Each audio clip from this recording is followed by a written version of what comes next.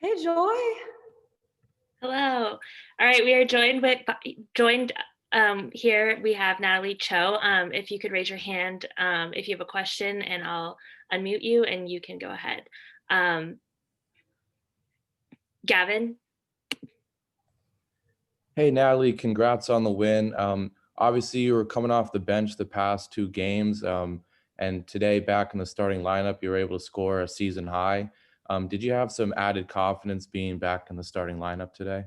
Um, I want to say that Coach Cori always says not to put too much value into who starts because, we already have a short roster, but it was good to be out there with my girls from the start and fighting with them. John.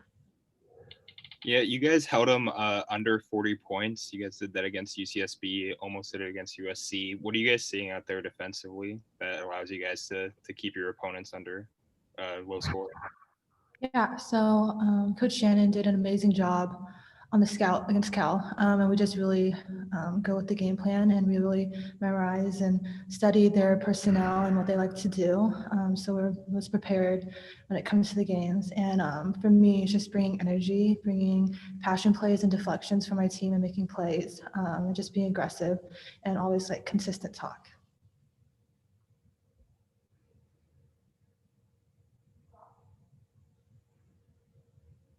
Any other questions, guys? All right, thank you so much, Nat. Good to see you, Joy. Thank y'all.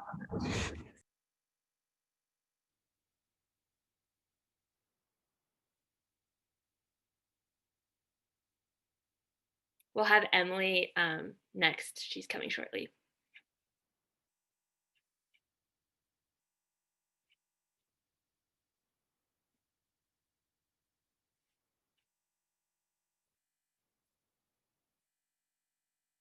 All right, we are joined by Emily Bessoir. If you have any questions, go ahead and raise your hand, and I will call on you.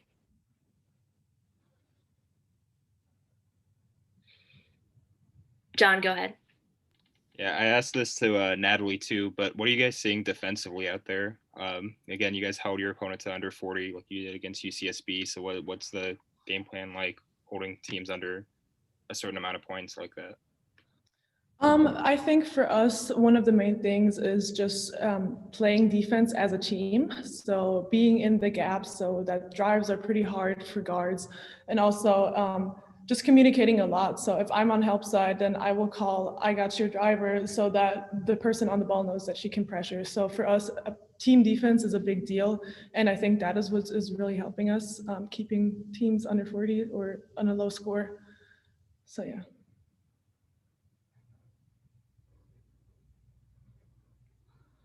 John, go ahead. Yeah, and then you guys have Stanford coming up, #1 team in the country. How was it? Was it kind of difficult to prepare for this game, knowing you guys had such a big game next, or what was that like preparing for these two games? Honestly, no, we're just taking it game by game. Each game matters. And in this conference, every game is going to be a hard game. So obviously we know we have Stanford, the #1 team in the country right now, on Monday, but going into this game, we just try to do our thing and work on our offense and our defensive goals, knowing that, not looking at the score, but knowing that we're preparing for teams that are coming up. So that was just like, we saw it as an opportunity to get better on both ends, regardless of the score. Cool. Gavin? Yeah, hi, Emily. Obviously being a freshman, it takes a lot of time sort of getting used to everything that comes with college basketball. And today being your first home conference game, were there any added emotions to that, or did it just feel like another game? Definitely every game for me so far. I'm kind of a little more nervous than I'm used to. Being at home here in Pauli, it actually made me a little less nervous just because I know the environment, I know the gym. We have our game day routine. So today was actually a little less nervousness, but going into every game, I'm motivated, but I'm also a little excited and nervous, which is good, I guess. All right, any more questions, you guys? If not, thank you so much, Emily. Yeah, thank you.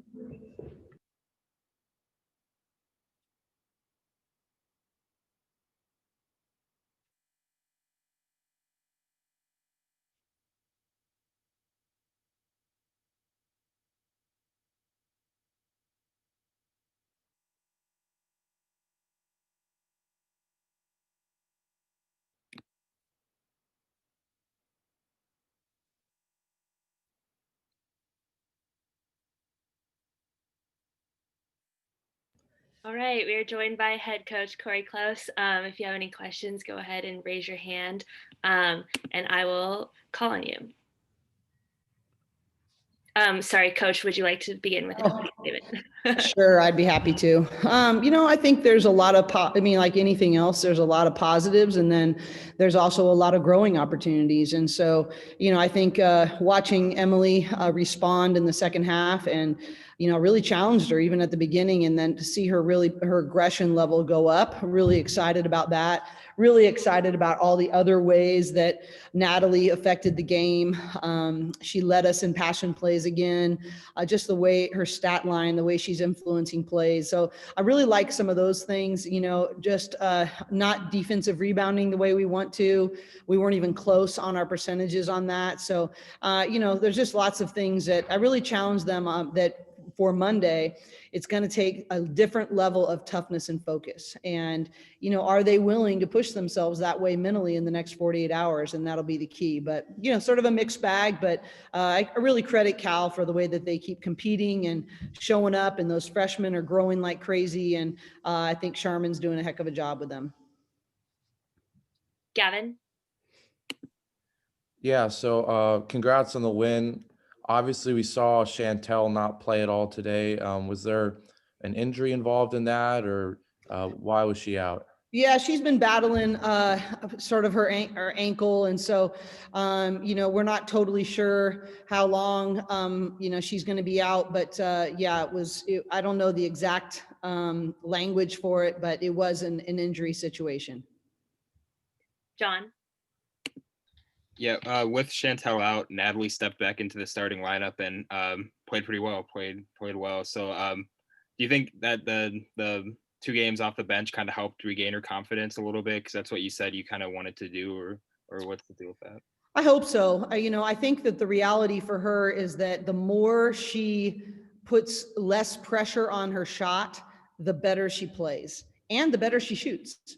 And so I think that coming off the bench has been really good in terms of taking her to take a deep breath and being able to see, okay, what does the team need from me? What's the flow of the game? We always talk in our program about getting to neutral, pausing, and what's our next right behavioral step? What does a team need? And I think this has allowed Natalie to sort of work on that. And then as she started to affect the game in other ways, I actually think it's just taken this pressure off of her, and now she's shooting better. And you can just see the rhythm of her shot is more relaxed. And so it's sort of like a snowball effect. It helps you feed what you want to see more of. Gavin? Yeah, I noticed you called a few timeouts in the last few minutes of the game, and you seemed pretty animated in the huddle. Were there specific things you noticed that led to you calling those timeouts, or were you just trying to keep the girls engaged in the final few minutes of a blowout? Well, a little bit of both. One is I told them at the 6-minute mark that I was going to call it. I had 3 timeouts left. I was going to call it one every 2 minutes, and that I expected them to be focused to go for it. And there weren't going to be any subs. I didn't feel like it was wise to put Michaela back in. Lindsay had fouled out. So I said, hey, this is it. So I'm going to call timeouts. So I just need you to give me 2 good minutes, then we'll regroup. 2 good minutes and go from there. And I just don't want us to waste opportunities. And so I think it starts with me as the head coach to set the tone of being fully engaged, and not based on the score, but based on the opportunity to get better possession by possession. And so I was pretty much fulfilling what I'd already told them I want to do. But I always think in these games that I have to show a level of competitiveness and focus when the score isn't providing that. And, I didn't want us to talk about the score at all. I wanted us to talk about getting better, getting tougher, anticipating more, executing the game plan. So that's pretty much why that played out the way it did. John? And then a quick follow-up to the Chantel question. Do you know what her availability looks like for Stanford? I don't. Yeah. So actually, Dr. Haim, our orthopedic, was going to look at her today, and so I'm not sure yet. Okay. And then quick follow-up to that is, I know you're tired of answering this question, but with 7 players, you only have 7 players now compared to 8. Does that change anything, or is just another added difficulty to this already difficult season? Well, I mean, I think that's the name of the game, right? I think I shared with you before. I used to say I needed to bring struggle and joy to every day because I think that's when people grow at the fastest rates. But I really don't have to worry about struggle. It's already been built into 2020. So, I think it's sort of par for the course right now, unfortunately. I think it gives me an opportunity to say once again, what is happening to our Australians and our freshmen are wrong. It's just dead wrong.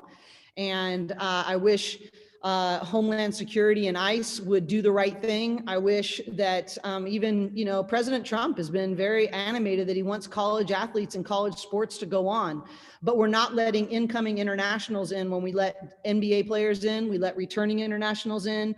I think it's a bureaucratic loophole, and it's a federal judge has already said it's causing these women irreparable harm, and it's causing our current players added adversity that is avoidable. It's avoidable. We have so many things in adversity that are unavoidable right now that we just have to get tough and fight through. This is one that could be solved.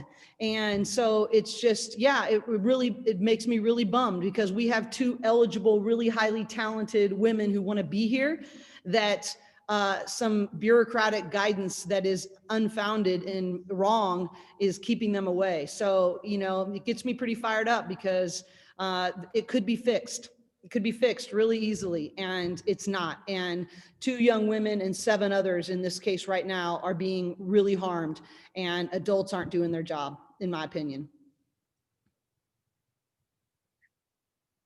Anyone else have any questions for Coach? All right, thank you so much, Coach. I appreciate y'all being here. Thank you very much, and we'll see you on Monday.